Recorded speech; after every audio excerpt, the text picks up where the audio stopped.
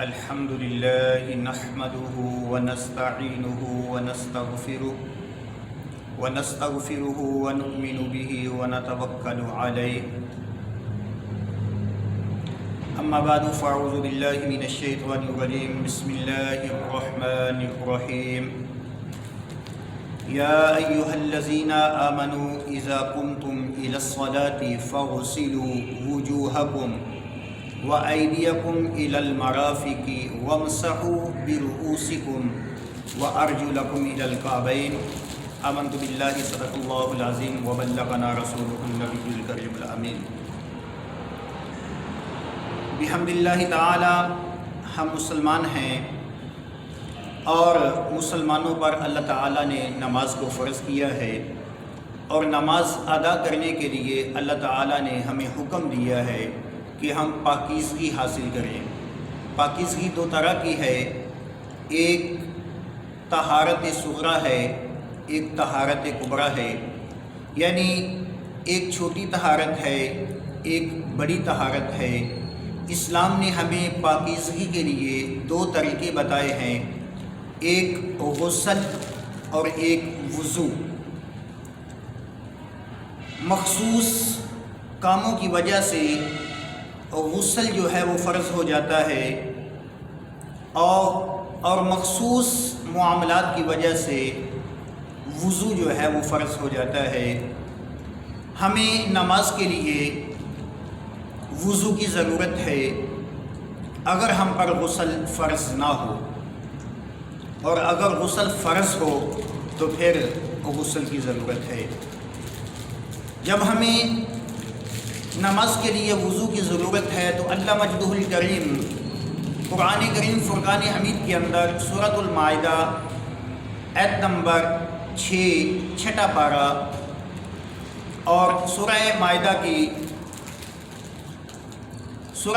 کا دوسرا رکوع جو ہے وہ شروع ہو رہا ہے. اللہ تعالیٰ فرماتا ہے یا ایھا الذین آمنوا، اے وہ لوگو جو ایمان لائے ہو، اذا قمتم الی الصلاۃ، جب تم نماز کے لیے کھڑے ہو جاؤ، یعنی تم نماز کا ارادہ کرو، فاغسلوا وجوہکم، تو اپنے چہروں کو دھو لیا کرو، وایدیکم الی المرافق، اپنے ہاتھوں کو کوہنیوں سمیت دھو لیا کرو، وامسحوا برؤوسکم، اور اپنے سروں کا مسح کیا کرو، وارجلکم الی الکعبین، اور اپنے پاؤں کو دھو لیا کرو. یہ وضو کے 4 فرض ہیں جن کا ذکر اللہ مجدہ الکریم نے قرآن کریم فرقان حمید کے اندر کر دیا. فرمایا کہ اپنے چہروں کو دھو، اپنے ہاتھوں کو کوہنیوں سمیت دھو لو، اپنے سروں کا مسح کرو، اپنے پاؤں کو دھو لو. اب اللہ مجدہ الکریم نے یہ جو 4 فرائض ہمیں عطا کیے ہیں وضو کے لیے، اب ہمیں ظاہری طور پر ہمارے وجود کے اوپر کوئی گندگی نہیں لگی ہوئی، ظاہری طور پر ہمارا وجود گندا نہیں ہے، لیکن حکمی طور پر اللہ تعالیٰ فرماتا ہے کہ اگر تم نے میری بارگاہ میں آنا ہے، اگر تم نے میری بارگاہ میں سربا سجود ہونا ہے، اگر تم میری بارگاہ میں آنے لگے ہو یا میرے کلام اللہ کی تلاوت کرنے لگے ہو، تو پھر تمہیں طہارت ضروری ہے، پاکیزگی ضروری ہے. میں نے عرض کی یا مالک و مولا، میں تو اپنے آپ کو صاف سمجھ رہا تھا، میں تو اپنے آپ کو صاف ستھرا سمجھ رہا تھا. رب تعالیٰ نے فرمایا ٹھیک ہے تو صاف تو ہے لیکن پاک نہیں ہے، میری بارگاہ میں آنے کے لیے تجھے پاک بھی ہونا پڑے گا، تجھے صاف بھی ہونا پڑے گا.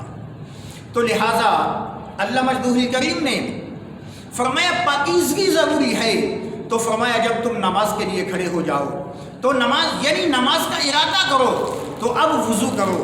اب وضو کرنے سے اللہ تعالیٰ نے 4 فرائض ہمیں جو بتائے ہیں. فرمایا چہرے کو دھو لو. فرض چہرہ کتنا دھونا ہے؟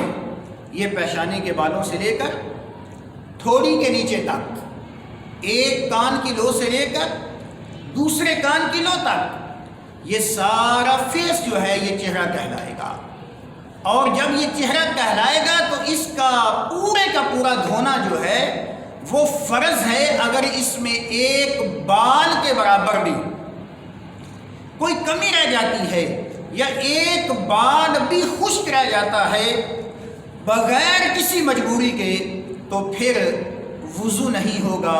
جب وضو نہیں ہوگا تو پھر نماز بھی نہیں ہوگی۔ تو لہٰذا پورے چہرے کا دھونا یہ وضو کے اندر پہلا فرض ہے۔ اس کے بعد دوسرا فرض ہے اپنے ہاتھوں کو کوہنیوں سمیت دھونا، یعنی یہ ہاتھ ہے، یہ کونی ہے، تو کوہنیوں سمیت دھونا، یعنی یہ ہماری کوہنی جو ہے کچھ دوست یہاں تک دھوتے ہیں، یہاں تک نہیں بلکہ یہاں تک دھوئیں۔ احادیث مبارکہ کے اندر ہے، میرے آقا صلی اللہ علیہ وآلہ وسلم نے فرمایا قیامت کے دن میری امت کے لوگ جب آئیں گے تو ان کے وضو کے اعضاء جو ہیں وہ چمک رہے ہوں گے، اور میرے مصطفیٰ صلی اللہ علیہ وآلہ وسلم فرماتے ہیں، فرمایا کہ تم اپنے وضو کی جگہ کو زیادہ دھویا کرو تاکہ اللہ تبارک و تعالیٰ تمہارے اعضاء کو زیادہ چمکائے، اور فرمایا جو چاہتا ہے چمک زیادہ ہو، فرمایا وہ وضو کے اعضاء کو اچھے طریقے سے دھویا کرے۔ تو میرے مصطفیٰ صلی اللہ علیہ وآلہ وسلم آپ نے بتا دیا کہ وضو کرنے سے اس دنیا کے اندر تو فائدہ ہے ہی ہے کہ انسان کا وجود پاک ہوتا ہے، قیامت کے دن اللہ تعالیٰ وضو کے اعضاء جو ہے ان کو چمکا دے گا۔ تو دوسرا فرض جو ہے وہ ہاتھوں کو دھونا ہے، وہ بھی کونیوں سمیت، یعنی ہمارے ہاتھ اور ہماری کوہنیاں مکمل دھلی ہونی چاہیے۔ اس کے اندر اگر انگوٹھی ہے تو اگر اتنی تنگ ہے کہ ہاتھ کہ انگوٹھی کے نیچے پانی نہیں جاتا تو اس انگوٹھی کو اس طرح حرکت دینا جو ہے، ہلانا جو ہے وہ بھی ضروری ہے تاکہ آپ کا ایک بال جو ہے وہ بھی خشک نہ رہ جائے۔ اس کے بعد ہے وَامْسَحُوا بِرُؤُوسِكُمْ، اپنے سروں کا مسح کرو۔ سر کے چوتھائی حصے کا مسح کرنا اہل سنت احناف کے نزدیک فرض ہے کہ اگر آپ ایک ہاتھ جو ہے وہ تر کر کے اس طرح اپنے سر پہ رکھ لیتے ہیں تو آپ کا مسح ہو جائے گا اور آپ کا فرض جو ہے وہ ادا ہو جائے گا، اور اس طریقے سے تیسرا فرض جو ہے وہ بھی ادا ہو جائے گا۔ اگر کوئی بندہ سر کا مسح نہیں کرتا تو اس کا وضو نہیں ہوگا۔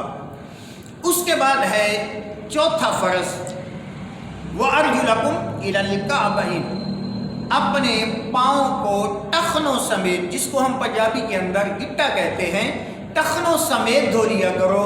اور اس کے دھونے کے اندر احتیاط یہ ہے کہ ٹخنا مکمل جو ہے وہ دھویا جائے، ٹخنے کو چھوڑا نہ جائے۔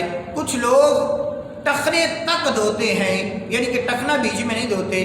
ٹخنے کو دھونا ضروری ہے کیونکہ اللہ تعالیٰ کا حکم یہ ہے کہ تم ٹخنوں سمیت اپنے پاؤں کو دھویا کرو۔ لہٰذا یہ ٹخنا جو ہے، یہ دیکھیں یہ اس مقام کو کہتے ہیں، یہ جس کو ہم پنجابی میں گٹا کہتے ہیں، یہاں تک کم از کم وضو کے اندر پاؤں کا دھونا جو ہے وہ ضروری ہے۔ لہٰذا جب ہم وضو کے لیے نیت کریں تو بسم اللہ شریف پڑھیں، اور احادیث مبارکہ کے اندر ہے کہ جو بندہ وضو کرنے سے پہلے بسم اللہ والحمدللہ یہ کلمات پڑھتا ہے تو اللہ تعالیٰ اس پر اپنی رحمت کے دروازے کھول دیتا ہے۔ دعا ہے اللہ تعالیٰ ہمیں احکام دین کو سمجھنے کی توفیق عطا فرمائے، آمین یا رب العالمین۔ جی ہمارے اسلامی ویڈیو، ہر ویڈیو کو آپ شیئر کریں۔ آپ کو ویڈیو امید اچھی لگی ہوئی ہو اور کامنٹ میں بھی لازمی بتائیں، اگر کوئی ہمارے سے غلطی ہوگا وہ بھی بتائیں، اور ویڈیو کو زیادہ سے زیادہ شیئر کریں اور چینل کو سبسکرائب لازمی کریں تاکہ آنے والی اسلامی ہر ویڈیو آپ کو بآسانی مل سکے۔ انشاءاللہ اگلی ویڈیو کے ساتھ حاضر ہوں گے۔ اجازت، اللہ حافظ، السلام علیکم ورحمۃ اللہ وبرکاتہ۔